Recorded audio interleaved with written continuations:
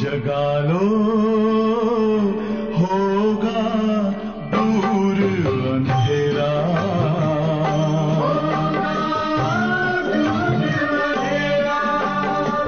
शिव का कर लो ध्यान, आ रहा पावन पुण्य सवेरा।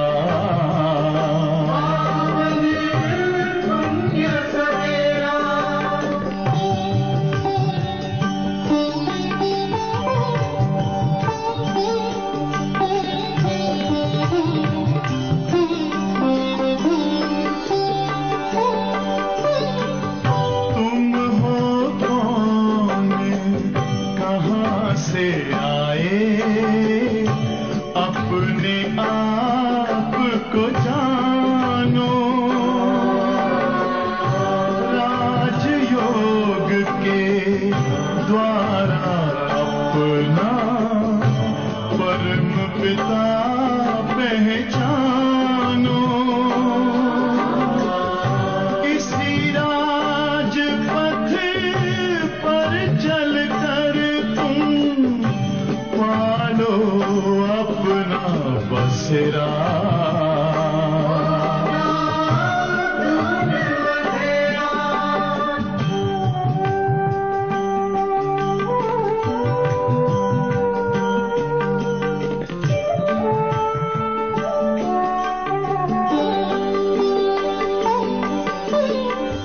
तुम हो आत्मा तन से न्यारे, परमात्मा को प्यारे। दिव्य गुणों को धारण करके योगी बनो दुलारे। ज्योति बिंदु ही तोड़ेगा ये माया मोह का घेरा।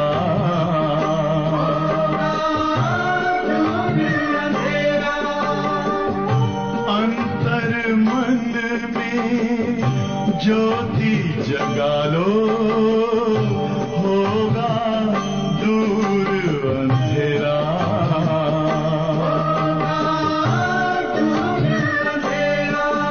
ओम शांति, ओम शांति, ओम शांति।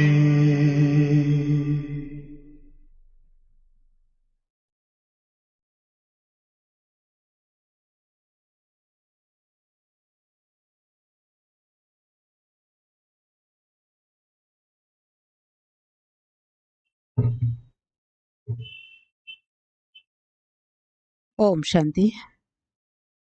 Good morning. आज 20 तारीख के बाबा के महावाक्य हैं। इस महावाक्यों में बाबा ने पुरुषार्थी आत्माओं की तीव्र गति को देखकर कमी का कारण, तो कमी भी क्यों है, पुरुषार्थी तो सभी हैं लेकिन फिर भी कमी आ जाती है, तो उस कमी का कारण क्या है। तो कमी का कारण क्लियर किया। आज ब्राह्मणों के अनादि रचिता बाप दादा विशेष अपनी डायरेक्ट समीप रचना, श्रेष्ठ रचना ब्राह्मण बच्चों को देख रहे हैं।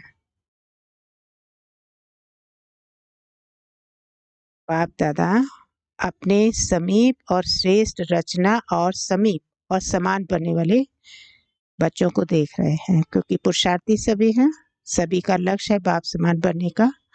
और जो बाप समान बनने का लक्ष्य रखते हैं तो बाप के समीप भी, तो ऐसे समीप और समान बनने वाले पुरुषार्थी बच्चों को बाबा देख रहे थे। बाप दादा की अति प्यारी रचना ब्राह्मण आत्माएं हो, जो समीप और समान बनने के लक्ष्य को सदा स्मृति में रख आगे बढ़ रहे हो। ब्राह्मण आत्माओं ने कौन सा लक्ष्य रखा है कि समान बनने का, तो इस समान बनने के लक्ष्य को रखकर आगे बढ़ रहे हैं।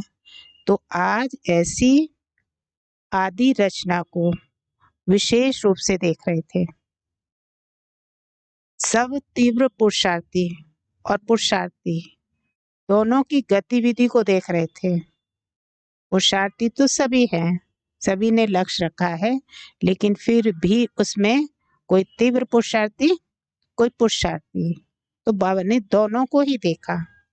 तो दोनों पुरुषार्थियों की गतिविधि को देख रहे थे। बाप दादा द्वारा मिली हुई श्रेष्ठ सहज विधि द्वारा कब तीव्र गति, कभी कम गति, दोनों ही प्रकार के ब्राह्मण बच्चों को देखा। पालना, पढ़ाई और प्राप्ति सबको एक जैसी, एक द्वारा मिल रही है, फिर भी अंतर क्यों? सभी ब्राह्मण आत्माओं को पढ़ाई भी एक, पालना भी एक, और उस पढ़ाई के आधार से, पालना के आधार से प्राप्तियां भी होती है। और बाबा ने प्राप्ति बता भी दी कि बच्चे पढ़ाई या पालना का प्राप्ति स्वरूप ये है, तो सभी के लिए है। तो सबको एक जैसी, एक द्वारा मिल रही है, फिर भी गति में अंतर क्यों? तीव्र पुरुषार्थी अर्थात फर्स्ट डिवीजन वाले और पुरुषार्थी अर्थात सेकंड डिवीजन में पास होने वाले। तो आज विशेष सभी का चार्ट चेक किया। कारण बहुत हैं, लेकिन विशेष 2 कारण हैं। चाहना सबकी फर्स्ट डिवीजन की है, सेकंड डिवीजन में आना कोई नहीं चाहता, लेकिन लक्ष्य और लक्षण दोनों में अंतर पड़ जाता है। तो विशेष 2 कारण क्या देखे? लक्ष्य तो है सभी का, लेकिन लक्ष्य में लक्षण अंतर आ जाता है। तो उसमें बाबा ने विशेष 2 कारण देखे, अंतर के विशेष 2 कारण देखे। एक, संकल्प शक्ति जो सबसे श्रेष्ठ शक्ति है, उसको यथार्थ रीति स्वयं प्रति व सेवा प्रति समय प्रमाण कार्य में लगाने की यथार्थ रीति नहीं है ना। बाबा ने क्या कहा कि संकल्प शक्ति जो सब सर्वश्रेष्ठ शक्ति है, उसको यथार्थ रीति से स्वयं के प्रति और सेवा में भी जब लगाते हैं, तो समय प्रमाण कार्य में लगाना ये यथार्थ विधि नहीं है। दूसरा कारण, वाणी की शक्ति को यथार्थ रीति, समर्थ रीति से कार्य में लगाने की कमी। तो दोनों ही बातों में, चाहे वो संकल्प है चाहे वो वाचा है, दोनों में कमी का कारण कि यथार्थ समय अनुकूल यथार्थ रीति से नहीं लगाते हैं। तो ये अंतर इन दोनों में कमी का कारण है। संकल्प शक्ति और वाणी की शक्ति को यथार्थ रीति से समय प्रमाण कार्य में नहीं लगाते हैं। तो इसमें न लगाने का कारण क्या है? इसका भी कारण कि इसमें भी कमी क्यों है? तो कमी का कारण है यूज और लूज। यूज और लूज शब्दों में अंतर थोड़ा है, लेकिन परिणाम में बहुत अंतर पड़ जाता है। शब्द में अंतर, यूज और लूज थोड़ा सा ही अंतर है, लेकिन बाबा ने कहा इसमें परिणाम में अंतर बहुत पड़ जाता है। तो बाप दादा ने सिर्फ 3-4 दिन की रिजल्ट चेक की, टोटल रिजल्ट नहीं देखी। हर एक की 3-4 दिन की रिजल्ट में क्या देखा? सिर्फ 3-4 दिन की रिजल्ट में, बहुत समय की रिजल्ट नहीं, 3-4 दिन के रिजल्ट में बाप दादा ने क्या देखा कि 50% अर्थात आधा वो साधारण, आधा पुरुषार्थी, श्रेष्ठ पुरुषार्थी। तो बाबा ने कहा आधे का ही बाबा ने चार्ट चेक किया, आधे का, ना 50% का, उस 50% में संकल्प और बोल में दोनों शक्तियों के जमा का खाता 50% आत्माओं का, कहा ना ऊपर ही 50% आत्माओं का ही बाबा ने खाता सिर्फ चेक किया। उस खाते में संकल्प और बोल दोनों शक्तियों के जमा खाता किसी का 40% और किसी का नहीं, उन्हीं 50% आत्माओं का खाता जमा का खाता 40% और व्यर्थ व साधारण का खाता 60%। उन्हीं आत्माओं में 50% आत्माओं की रिजल्ट देखी और उन 50% आत्माओं की रिजल्ट में बाबा ने क्या चेक किया कि 40% भी परसेंट जो है 40% व्यर्थ और 40% समर्थ और व्यर्थ व साधारण का खाता 60% रहा। तो सोचो जमा कितना हुआ, ज्यादा वजन किसका हुआ? ठीक है, बहुत खुश हो गए कि 40% तो ठीक है, 60% ही तो नहीं है। लेकिन बाबा ने क्या कहा, वजन किसका ज्यादा है?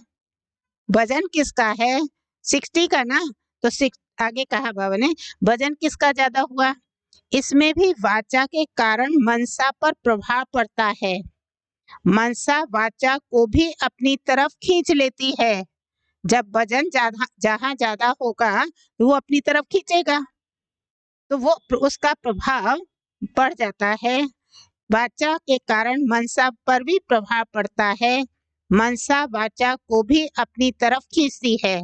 तो आज बाप दादा वाणी अर्थात बोल के तरफ विशेष अटेंशन दिला रहे हैं, क्योंकि बोल का संबंध अपने साथ भी है और सर्व के साथ भी है। और देखा क्या कि मनसा द्वारा याद में रहना, उसके लिए फिर भी बीच बीच में प्रोग्राम रखते हो, लेकिन बोल के लिए, मनसा के लिए तो योग के प्रोग्राम पट्टी आदि रख लिए जाते हैं, लेकिन बोल के लिए क्या देखा? बोल के लिए अलवेलापन ज्यादा है। इसलिए बाप दादा इस पर विशेष अंडरलाइन करा रहे हैं। 2 वर्ष पहले भी बाप दादा ने विशेष पुरुषार्थ में सेवा में आगे बढ़ने वाले महारथी आत्माओं को और सभी को 3 बातें बोल के लिए कही थी। 3 बातें बोल के लिए कही थी। कौन सी 3 बातें?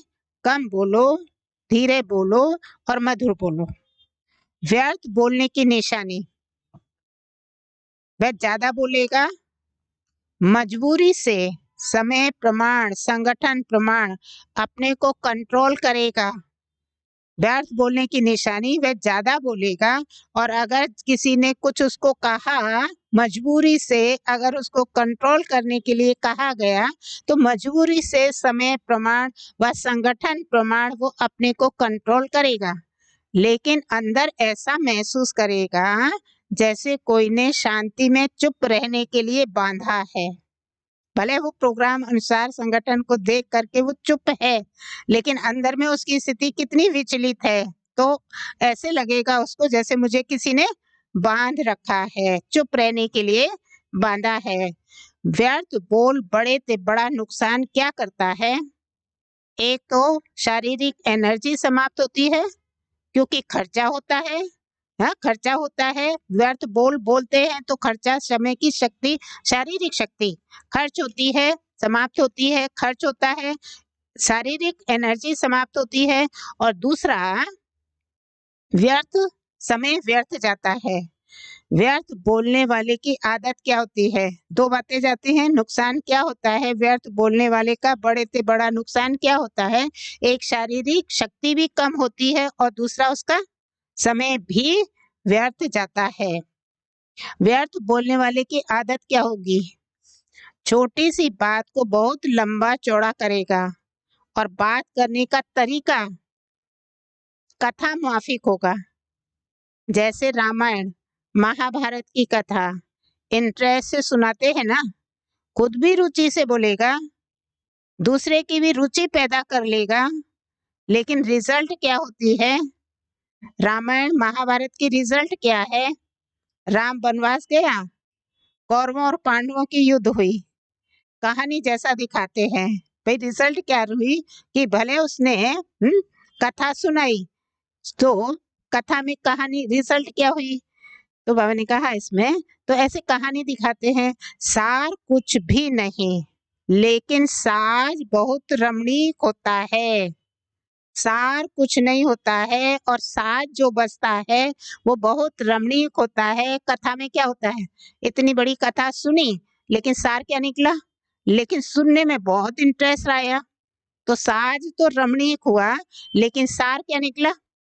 तो सार सुना दिया बाबा ने ऊपर कि रामायण का क्या हुआ, राम वनवास गया, और महाभारत का क्या हुआ, कौरवों और पांडवों की युद्ध, ये कहानी दिखाई। तो सार कुछ भी नहीं लेकिन साज बहुत रमणीक होता है, इसको कहते हैं कथा। व्यर्थ बोलने वाले माया के प्रभाव के कारण वह कमजोर आत्मा है। क्योंकि कथा सुना रहे हैं ना, तो बाबा ने कहा कि ऐसे व्यर्थ बोलने वाले माया के प्रभाव के कारण वह कमजोर आत्मा है। उन्हों को सुनने और सुनाने के साथी बहुत जल्दी बनते हैं। कमजोर आत्माओं के साथी, हाँ, लेकिन उसकी कमजोरी में उसने सुनाया, जो कथा सुनाई बड़े इंटरेस्ट से सुनाई, और सुनने वालों ने भी इंटरेस्ट से सुनी, लेकिन सुनी और सुनाई दोनों काम हुए, लेकिन सार क्या निकला? सार तो कुछ नहीं निकला, तो उसको कमजोरी तो कहेंगे ना।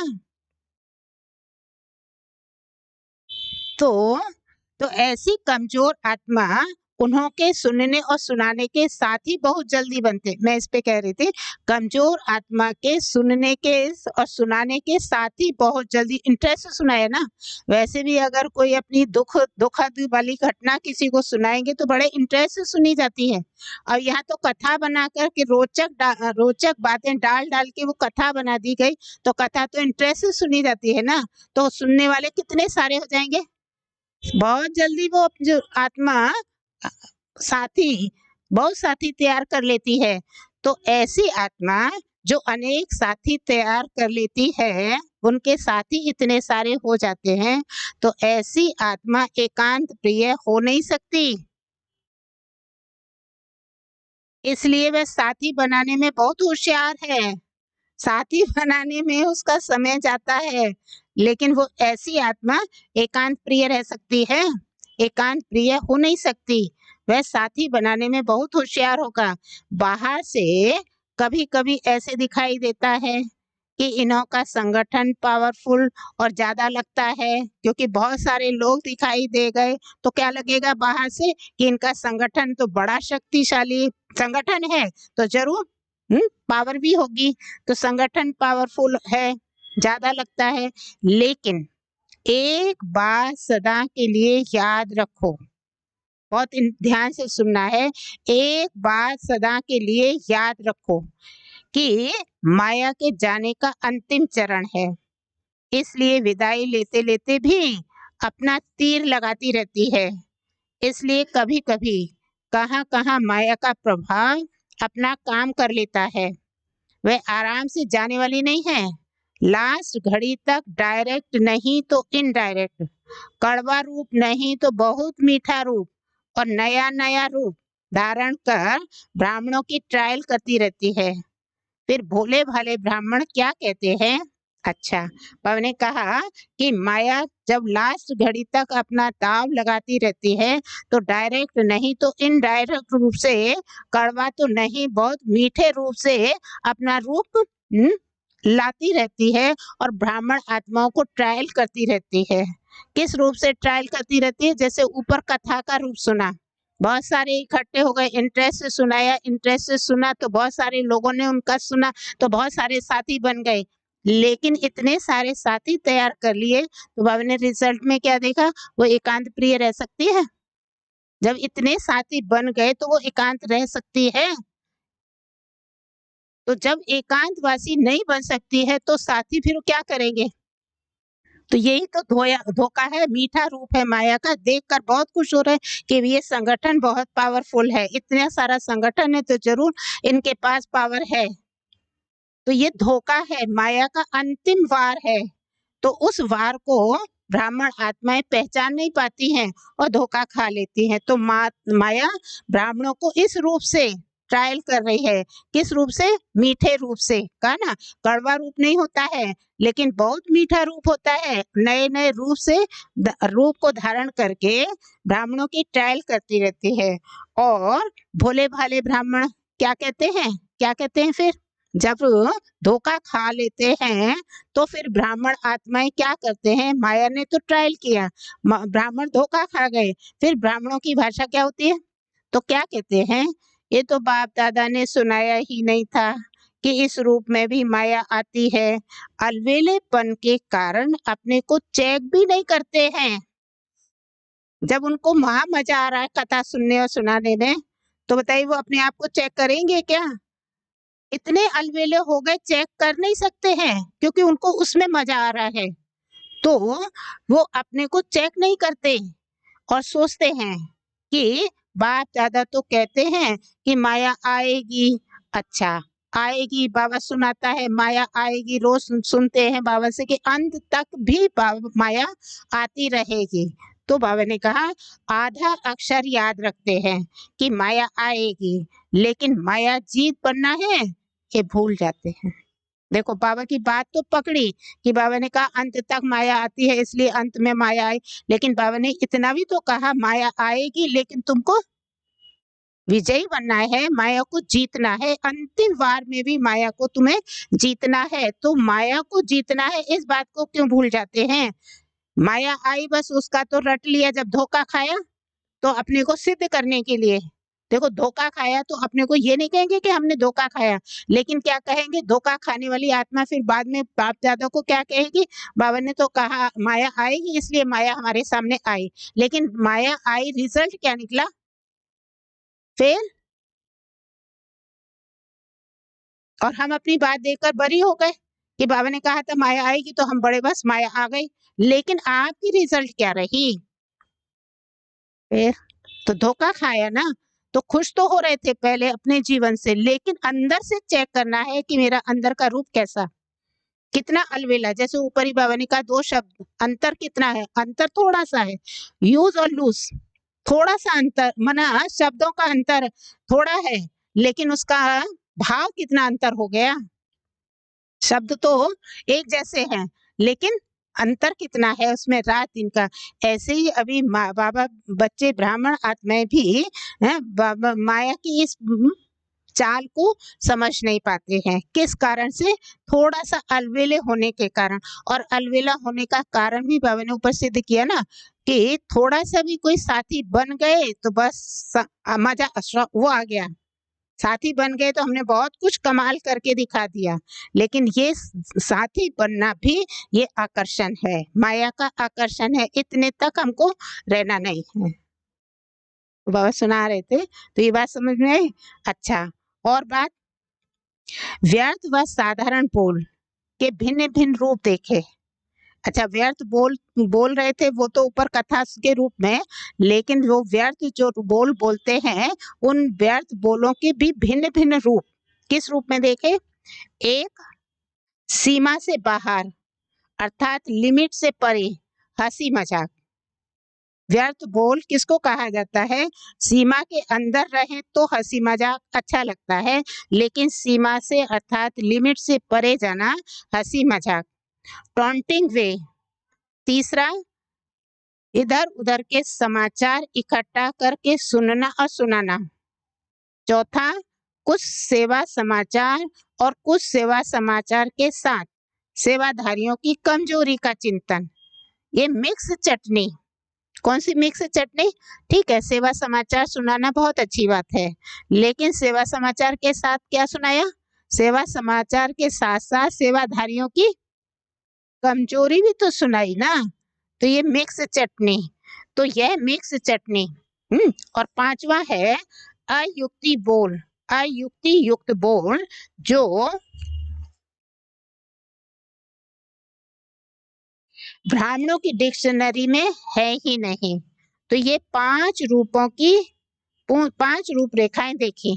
ठीक है, 5 रूपरेखाएं याद रिपीट करूं फिर से। एक तो सीमा के बाहर हंसी मजाक, दूसरा टॉन्टिंग वे, तीसरा इधर उधर का समाचार सुनना और सुनाना, और चौथा है समाचार सुनना मिक्स चटनी। मिक्स चटनी याद रही कि मिक्स चटनी। और पांचवा है अयुक्ति युक्त बोल, जो ब्राह्मणों की डिक्शनरी में है ही नहीं। ये 5 रूपरेखाएं देखी, इन पांचों की ही को ही बाप दादा व्यर्थ बोल में गिनती करते हैं। ऐसा नहीं समझो कि हंसी मजाक अच्छी चीज है। हंसी मजाक अच्छा वह है, हंसी मजाक अच्छा वह है जिसमें रूहानियत हो, और जिससे हंसी मजाक करते हो उस आत्मा को फायदा हुआ। हंसी मजाक करो, लेकिन अगर जिसके साथ हंसी मजाक किया उसको हंसी मजाक से कुछ फायदा हुआ, टाइम वेस्ट हुआ या टाइम पास हुआ, टाइम पास हुआ या टाइम वेस्ट गया, रमणीकता का गुण अच्छा माना जाता है। लेकिन व्यक्ति, समय, संगठन, स्थान, वायुमंडल के प्रमाण रमणीकता अच्छी लगती है। अगर इन सब बातों में से एक बात भी ठीक नहीं तो रमणीकता भी व्यर्थ की लाइन में गिनी जाएगी, और सर्टिफिकेट क्या मिलेगा कि हंसाते तो बहुत अच्छा है, लेकिन हंसाते तो बहुत अच्छा है, लेकिन सार क्या निकला, बोलते बहुत ज्यादा है। ठीक है, ये कहा बाबा ने कि बोलते ज्यादा हैं, तो मिक्स चटनी हो गई ना। तो समय की सीमा रखो, इसको कहा जाता है मर्यादा पुरुषोत्तम। कहते हैं मेरा स्वभाव ही ऐसा है हंसी मजाक करने का, मेरा स्वभाव ही ऐसा है। अच्छा, ये कौन सा स्वभाव है? बाप दादा वाला स्वभाव है, तो इसको भी मर्यादा पुरुषोत्तम नहीं कहेंगे, साधारण पुरुष कहेंगे। बोल सदैव ऐसे हों जो सुनने वाले चातक हों कि ये कुछ बोले और हम सुने, इसको कहा जाता है अनमोल महावाक्य। बोलने वाला तो बोलता ही रहता है, और जो नहीं बोलता है और तो उसके लिए क्या कहा जाता है, ये कुछ बोले तो सही। समझा? ये नहीं बोलता है, ये कुछ बोले तो सही। तो जिसके लिए ऐसे कहा जाता है तो उनके बोल को सुनने के लिए चातुक हैं। तो जिन बोलों को सुनने के लिए चातुक हैं उनको कहा जाता है महावाक्य। बोल सदैव ऐसे हों जो सुनने वाले चातुक हों कि यह कुछ बोले और हम सुने, इसको कहा जाता है इसको कहा जाता है अनमोल महावाक्य। महावाक्य ज्यादा नहीं होते, जब चाहे तब बोलता रहे, इसको महावाक्य नहीं कहेंगे। तो सतगुरु के बच्चे मास्टर सतगुरु के महावाक्य होते हैं, वाक्य नहीं। व्यर्थ बोलने वाला अपनी बुद्धि में व्यर्थ बातें, व्यर्थ समाचार, चारों ओर का कूड़ा किचड़ा जरूर इकट्ठा करेगा। व्यर्थ बोलने वाला है सामग्री इकट्ठा करता है ना कोई भी, कि कहाँ से कौन सी बातें दे करके हम अपनी बात को रोचक बना दें। तो रोचक बनाने के लिए उसके पास मटेरियल क्या होता है, तो बाबा ने कहा उसके पास मटेरियल। व्यर्थ बोलने वाला अपनी बुद्धि में व्यर्थ बातें, व्यर्थ समाचार, चारों ओर का कूड़ा किचड़ा जरूर इकट्ठा करेगा। क्यों करेगा? क्योंकि कथा को रमणीक रूप देना पड़ेगा। अपनी बात को कहने के लिए रमणीकता चाहिए ना, तो ऐसी रमणीकता लाने के लिए उसको इतना सारा सामान इकट्ठा करना पड़ेगा। तो जैसे शास्त्रवादियों की बुद्धि है ना, इसीलिए जिस समय और जिस स्थान पर जो बोल आवश्यक है, युक्ति युक्त है, स्वयं के और दूसरी आत्माओं के लाभदायक हैं, वही बोल बोलो। बोल के ऊपर अटेंशन कम है, इसलिए इस बार डबल अंडरलाइन। ऊपर भी बाबा ने कहा ना, 2 चीजें देखी कमी की, 2 चीजें देखी पुरुषार्थियों की कमी की, 2 चीजें देखी, एक संकल्प शक्ति और दूसरी वाचा शक्ति। तो संकल्प शक्ति के लिए बाबा ने ऊपर क्या कहा कि उसके लिए तो तुम प्रोग्राम बनाते रहते हो, लेकिन वाचा शक्ति के लिए हाँ, अलवेले हो जाते हो। तो इस वाचा शक्ति के लिए विशेष अंडरलाइन, विशेष इस वर्ष बोल के ऊपर अटेंशन रखो, चेक करो बोल द्वारा एनर्जी और समय कितना जमा किया और कितना व्यर्थ गया। जब इसको चेक करेंगे तो स्वतः ही अंतर्मुक्ता के रस को अनुभव कर सकेंगे। और अंतर्मुक्ता का रस और बोल चाल का रस, इसमें रात दिन का फर्क है। अंतर्मुखी सदा भ्रकुटी की कुटिया में तपस्वी मूर्त का अनुभव करता है। समझा? तो समझना अर्थात बनना। कोई भी बात समझ में आई तो बनना कहा पावनी का, जो समझता है अर्थात बनना। जब कोई बात समझ में आ जाती है तो वह करेगा जरूर, समझेगा जरूर। टीचर्स तो है ही समझदार, तब तो भाग्य मिला है ना, निमित्त बनने का भाग्य। इसका महत्व तो अभी कभी कभी साधारण लगता है। टीचर्स बनने के भाग्य भी, बाबा ने कहा, अभी टीचर्स अपने भाग्य को भी कभी कभी किस रूप में देख लेती है? साधारण रूप में देख लेती है। साधारण लगता है, लेकिन यह भाग्य समय पर अति श्रेष्ठ अनुभव करेंगे। जब बन जाएंगे, जितना जितना आगे बढ़ते चले जाएंगे तो अपने इस भाग्य को कितना श्रेष्ठ अनुभव करेंगे। किसने निमित्त बनाया? किसने मुझ आत्मा को इस योग्य चुना? किसने निमित्त बनाया? किसने मुझ आत्मा को इतना योग्य समझा? यह स्मृति ही स्वतः श्रेष्ठ बना देती है। बनाने वाला कौन? अगर इस स्मृति में रहो तो बहुत सहज निरंतर योगी बन जाएंगे। मुझे बनाने वाला कौन? अगर ये स्मृति रहे तो बाबा ने कहा सहज ही निरंतर योगी बन जाएंगे। सदा दिल में बनाने वाले बाप के गुणों के गीत गाते रहो तो निरंतर योगी हो जाएंगे। ये कम बात नहीं है। सारे विश्व की कोटों में कोट आत्माओं में से कितनी निमित्त टीचर्स बनी हो। ब्राह्मण परिवार में भी टीचर्स कितनी है? तो कोई मैं कोई हो गई ना। टीचर्स अर्थात सदा भगवान और भाग्य के गीत गाती रहे। सुना बाबा ने क्या कहा? टीचर समझ में आती है? इतने बड़े ब्राह्मण परिवार में टीचर्स कितनी है? जरा हिसाब लगाओ। 9 लाख में अगर 3000 भी हैं तो कितनी हो गई? तो बाबा ने कहा कितने हैं? तो ऐसे अपने भाग्य के सदा गीत गाते रहो। कौन से गीत गाओ?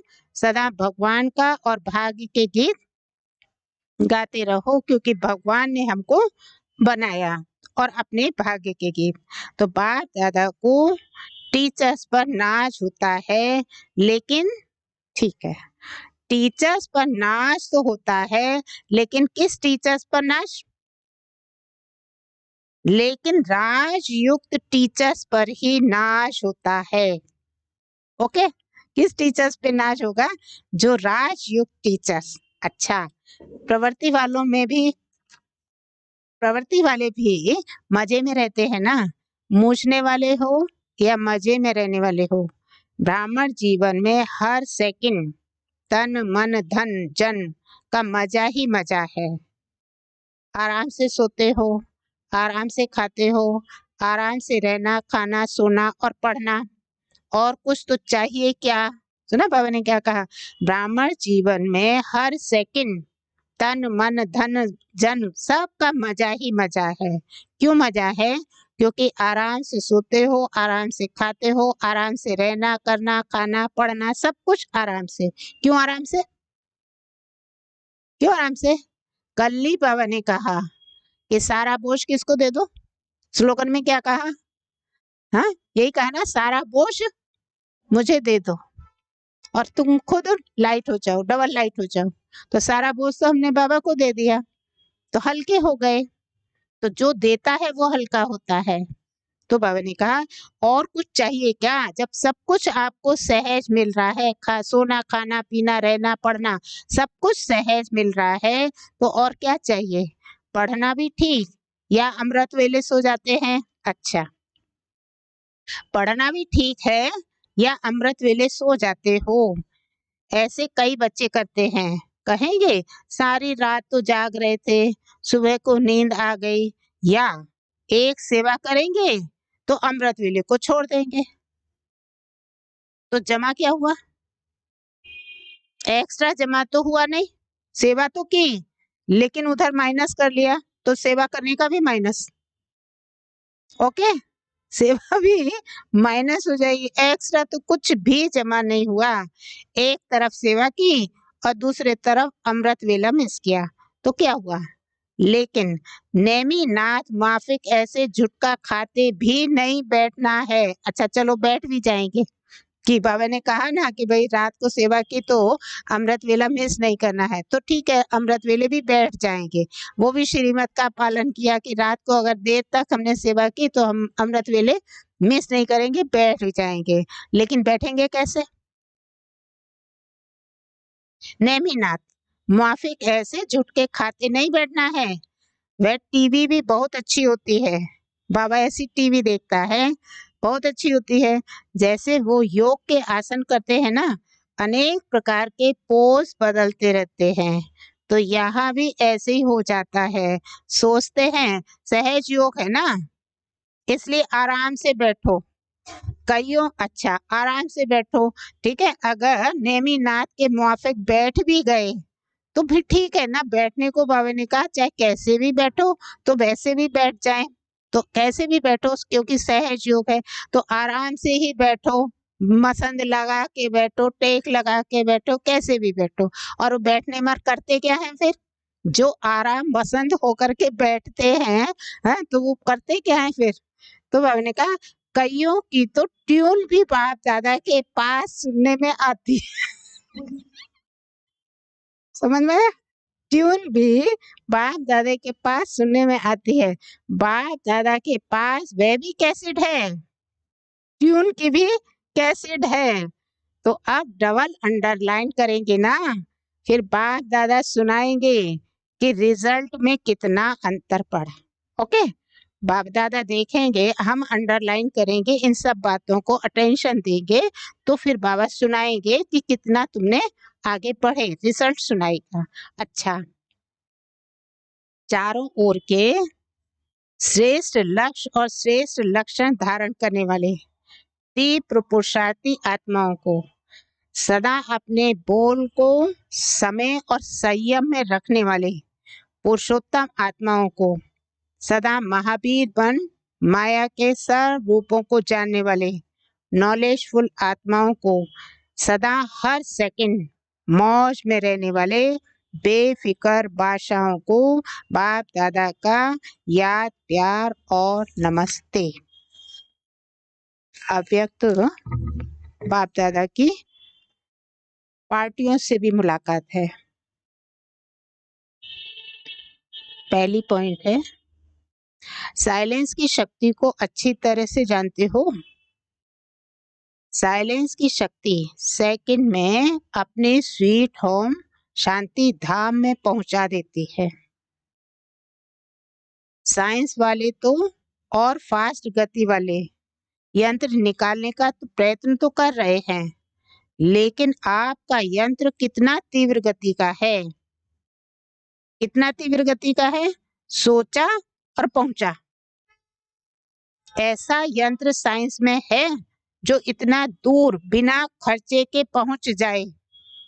वो तो एक एक यंत्र बनाने में कितना खर्चा करते हैं, कितना समय और कितनी एनर्जी लगाते हैं। आपने क्या किया? समय भी लगती है, एनर्जी लगती है, मनी भी लगती है, तीनों कितना खर्चा होता है। और आपने क्या किया? बिना खर्चे मिल गया। ये संकल्प की शक्ति सबसे फास्ट है। आपको शुभ संकल्प का यंत्र मिला है, दिव्य बुद्धि मिली है, शुद्ध मन और दिव्य बुद्धि से पहुंच जाते हो।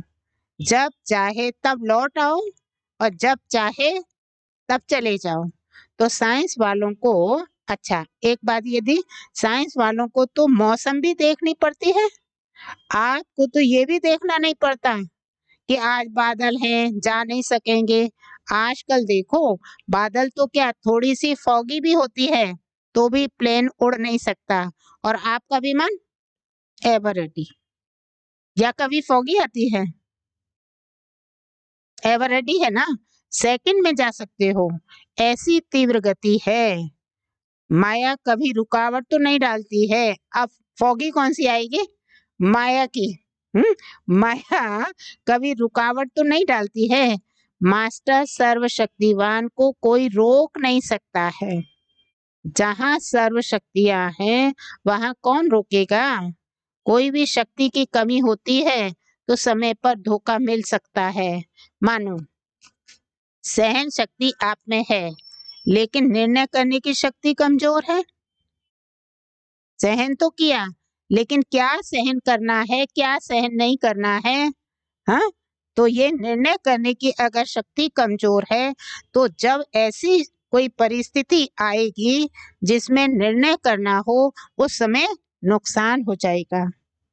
होती एक ही घड़ी निर्णय करने की है, हाँ या ना, लेकिन उसका परिणाम इतना बड़ा होता है। अगर निर्णय करने की शक्ति ना हो, सहन तो हम कर रहे हैं, और निर्णय करने की शक्ति ना हो, तो 1 सेकंड की हाँ और ना में कितना नुकसान हो जाएगा। होती एक घड़ी की निर्णय करने की है, हाँ या ना, लेकिन उसका परिणाम कितना बड़ा होता है। तो सब शक्तियां अपने पास चेक करो, ऐसे नहीं कि ठीक है, चल रहे हैं, योग तो लगा रहे हैं, लेकिन योग से जो प्राप्तियां हैं वह सब हैं, या थोड़े में खुश हो गए? थोड़े में ही खुश हो गए। क्या थोड़े में खुश हो गए? बाप तो अपना तो हो गया ना, कि हम बाप के हो गए, बाप हमारा हो गया, इसमें ही खुश हो गए। बाप तो अपना है, लेकिन प्रॉपर्टी भी अपनी है ना, या है नहीं? या नहीं? प्रॉपर्टी अपनी है, या सिर्फ बाप को पा लिया कि वो ठीक है, वर्षे के मालिक बनना है ना? तो बाप की प्रॉपर्टी है सर्व शक्तियां, इसलिए बाप की महिमा ही है सर्वशक्तिवान ऑलमाइटी अथॉरिटी। सर्व शक्तियों का स्टॉक जमा है, या इतना ही है? कितना कमाया और खाया, बस। बाप दादा ने सुनाया है कि आगे चलकर आप मास्टर सर्वशक्तिवान के पास सब भिखारी बनकर आएंगे। पैसे या अनाज के भिखारी नहीं, लेकिन शक्तियों के भिखारी आएंगे। तो जब स्टॉक जमा होगा तब तो देंगे ना। दान वही दे सकता है जिसके पास अपने से ज्यादा है। अगर अपने जितना ही होगा तो दान क्या करेंगे? तो इतना जमा करो, संगम पर है, और काम ही संगम पर, और काम ही क्या है? जमा करना। संगम पर काम और काम ही क्या है? जमा करने का ही काम मिला है। सारे कल्प में और कोई युग नहीं है जिसमें जमा कर सको। फिर तो सारे युग में, सारे कल्प में एक ये ही युग है जमा करने का। बाकी तो सारे खर्च करना पड़ेगा। सारे युग में खर्च ही तो करना पड़ेगा, फिर तो खर्च करना पड़ेगा। जमा नहीं कर सकेंगे, तो जमा के समय अगर जमा नहीं किया तो अंत में क्या कहना पड़ेगा? क्या कहना पड़ेगा? अब नहीं तो कब नहीं, फिर टू लेट का बोर्ड लग जाएगा। अभी तो लेट का बोर्ड है, टू लेट का नहीं। सभी माताओं ने इतना जमा किया है, शिव शक्तियां हो या घर की माताएं हो। शिव शक्ति कहने से शक्तियां आ जाती हैं। इन माताओं को बाप ने शिव शक्तियां बना दिया। अगर कोई शक्ल आकर देखे तो क्या कहेंगे? ऐसी शक्तियां होती हैं क्या? लेकिन बाप ने पहचान लिया कि वह आत्माएं शक्तिशाली हैं। बाप तो आत्माओं को देखता है, ना कि बूढ़ा देखता, ना जवान देखता, ना बच्चा देखता। आत्मा तो बूढ़ी बस छोटी है ही नहीं। तो ये खुशी है ना कि हमको बाबा ने शिव शक्ति बना दिया। दुनिया नहीं देख रही है, दुनिया बूढ़ा देख रही है, लेकिन बाबा ने आत्मा को देखकर कहा कि ये मेरी शिव शक्तियां हैं, तो बाप देख रहा है ना। तो बाबा ने हमको शिव शक्ति बना दिया। दुनिया में कितनी पढ़ी लिखी माताएं हैं, लेकिन बाप को गांव वाले ही पसंद हैं। क्यों पसंद है? क्योंकि सच्चे दिल पर साहब राजी। बाप को सच्ची दिल प्यारी लगती है। जो भोले होंगे उन्हें झूठ कपट करना नहीं आएगा, और जो चालाक होते हैं, चतुर होते हैं, उसमें ये सब बातें होती हैं। तो जिसकी दिल भोली है, अर्थात माया, दुनिया की मायावी चतुराई से परे है, वह बाप को अति प्रिय है। बाप सच्ची दिल को देखता है, बाकी पढ़ाई को, शक्ल को, गांव को, पैसे को नहीं देखता है। सच्ची दिल चाहिए, इसलिए बाप का नाम है दिल वाला। समझा? अच्छा, मीठे मीठे सीखी लदे बच्चों प्रति माता पिता बाप दादा का याद, प्यार और गुड मॉर्निंग। रूहानी बाप की रूहानी बच्चों को नमस्ते। हम रूहानी बच्चों की रूहानी बाप दादा को याद, प्यार, गुड मॉर्निंग और नमस्ते। शुक्रिया बाबा, आपका बहुत बहुत दिल से शुक्रिया। वरदान है आज का, दृढ़ निश्चय द्वारा फर्स्ट डिवीजन के भाग्य को निश्चित करने वाले मास्टर नॉलेजफुल भाव। दृढ़ निश्चय द्वारा फर्स्ट डिवीजन के भाग्य को निश्चित करने वाले मास्टर नॉलेजफुल भाव। दृढ़ निश्चय भाग्य को निश्चित कर देता है। दृढ़ निश्चय भाग्य को निश्चित कर देता है। जैसे ब्रह्मा बाप फर्स्ट नंबर में निश्चित हो गए, ऐसे हमें फर्स्ट डिवीजन में आना ही है। ये दृढ़ निश्चय हो। ड्रामा में हर एक बच्चे को एक गोल्डन चांस है। सिर्फ अभ्यास पर अटेंशन हो तो नंबर आगे ले सकते हो। इसलिए मास्टर नॉलेजफुल बन, हर कर्म करते चलो, साथ के अनुभव को बढ़ाओ, तो सब सहज हो जाएगा। जिसके साथ स्वयं सर्वशक्तिवान बाप है, उसके आगे माया पेपर टाइगर है।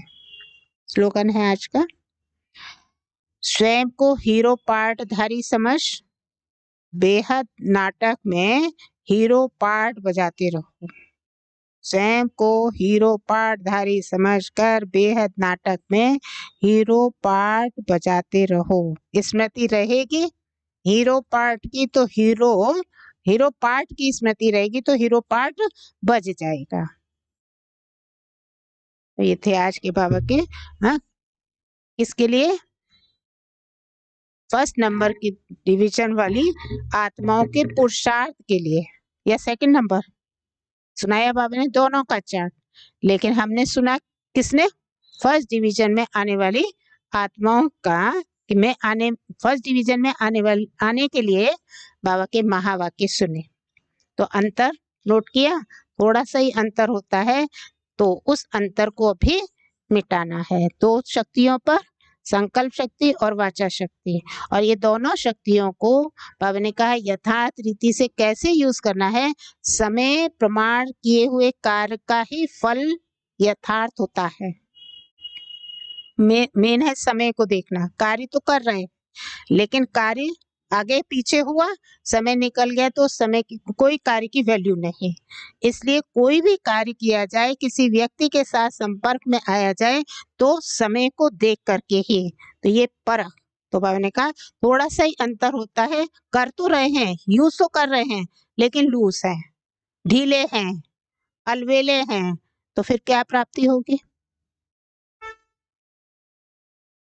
इसलिए समयबद्ध होकर के मर्यादा पुरुषोत्तम, जो बाबा ने आगे कहा भी समय के लिए, कि लिमिट में, हर चीज लिमिट में समय से करना, हाँ, अच्छा है। तो ये थे आज के बाबा के महावाक्य। और आज है लवलीन स्थिति के लिए पॉइंट, परमात्म प्यार में 20 तारीख आज है। जिससे प्यार होता है उसको जो अच्छा लगता है वही किया जाता है।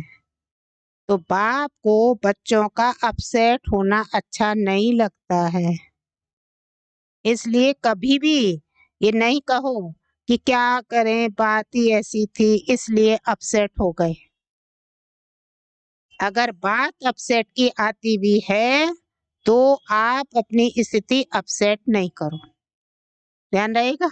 हाँ, जिस बाबा का हम बच्चों से प्यार है, हमारा भी बाबा से प्यार है, तो अब हम अपने प्यार में, बाबा ने कहा तो प्यार होता है तो क्या अच्छा नहीं लगता है, कमजोरी अच्छी नहीं लगती है, कमजोरी माना अपसेट होना अच्छा नहीं लगता है। तो बाबा ने कहा चाहे कुछ भी हो जाए, कैसी भी बात हो जाए, अपसेट नहीं होना है। अगर अपसेट होते हैं, अगर कोई हमें अपसेट करता भी है तो अपनी स्थिति को हमें अपसेट नहीं करना है। क्यों?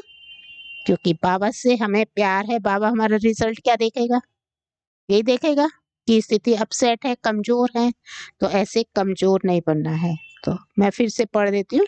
जिससे प्यार होता है उसको जो अच्छा लगता है वही किया जाता है। तो बाप को बच्चों का अपसेट होना अच्छा नहीं लगता, इसलिए कभी भी ये नहीं कहो कि क्या करें, बात ही ऐसी थी इसलिए अपसेट हो गए। अगर बात अपसेट की आती भी है तो आप अपनी स्थिति अपसेट नहीं करना। ब्रह्मा बाप की विशेषता है आज की। ब्रह्मा बाप ही सबसे नंबर 1 पुरुषोत्तम आत्मा है, इसलिए ब्रह्मा को आदि देव कहा जाता है। फरिश्ता ब्रह्मा भी उत्तम हो गया और फिर भविष्य में देव आत्मा बनने के कारण पुरुषोत्तम बन जाते हैं। लक्ष्मी नारायण को भी पुरुषोत्तम कहेंगे। ऐसे आप बच्चे भी सदा इसी स्मृति में रहो कि मैं पुरुषोत्तम योग की पुरुषोत्तम आत्मा हूँ। किस स्मृति में? पुरुषोत्तम युग की पुरुषोत्तम आत्मा हूँ। उठना बैठना खाना पीना कोई भी कर्म साधारण ना हो, साधारण कर्म करते भी श्रेष्ठ स्मृति, श्रेष्ठ स्थिति हो। जो भी आपको देखे वह महसूस करे कि ये कोई साधारण व्यक्ति नहीं है। जैसे ब्रह्मा बाप साधारण तन में होते भी पुरुषोत्तम अनुभव होते थे, अभी अव्यक्त रूप में भी पुरुषोत्तम की झलक है। तो फॉलो फादर साधारण कर्म में भी स्थिति साधारण नहीं, महान हो तो नंबर 1 पुरुषोत्तम आत्मा बन जाएंगे। ओम शांति।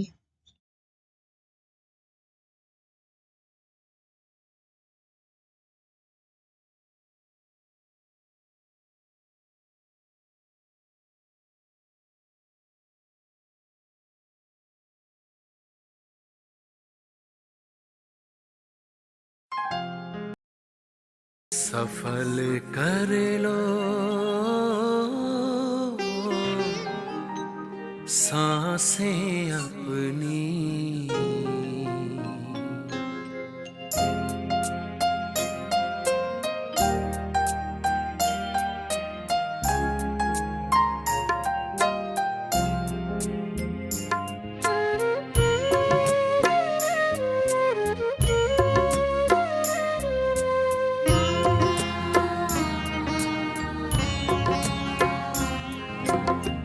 सफल कर लो सांसें अपनी, परम पिता को याद कर।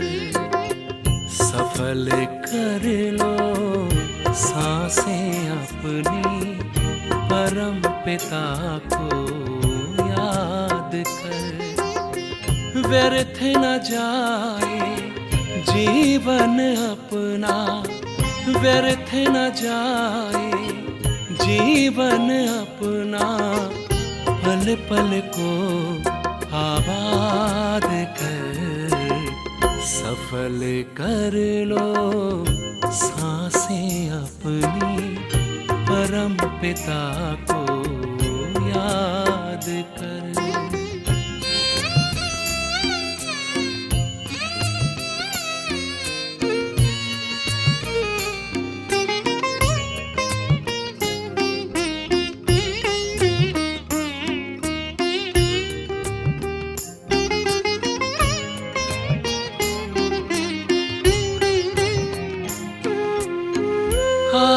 कहाँ से क्यों है आए, सोचो क्या ले जाना है।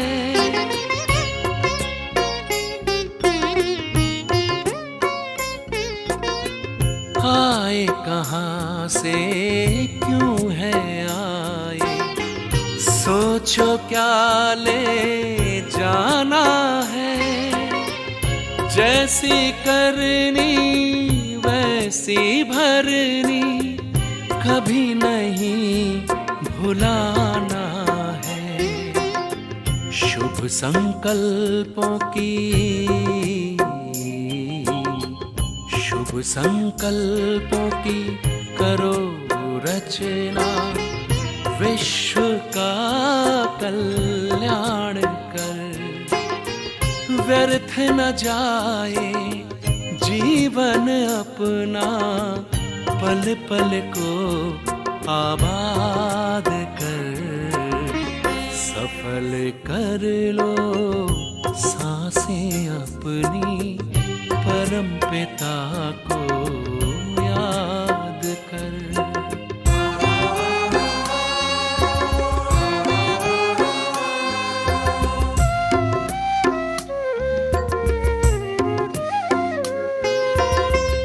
मिट्टी का तन मिट जाएगा, भूल से धोखे में मत आना।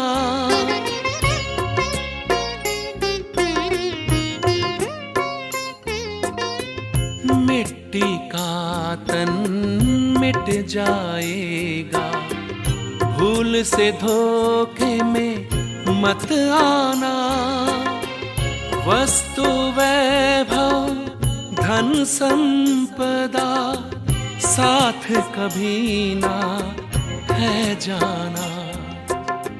मैं हूँ आत्मा, मैं हूँ आत्मा अजर अमर, बस यही एहसास कर। व्यर्थ न जाए जीवन अपना, पल पल को आबाद कर। सफल कर लो सांसें अपनी, परम पिता को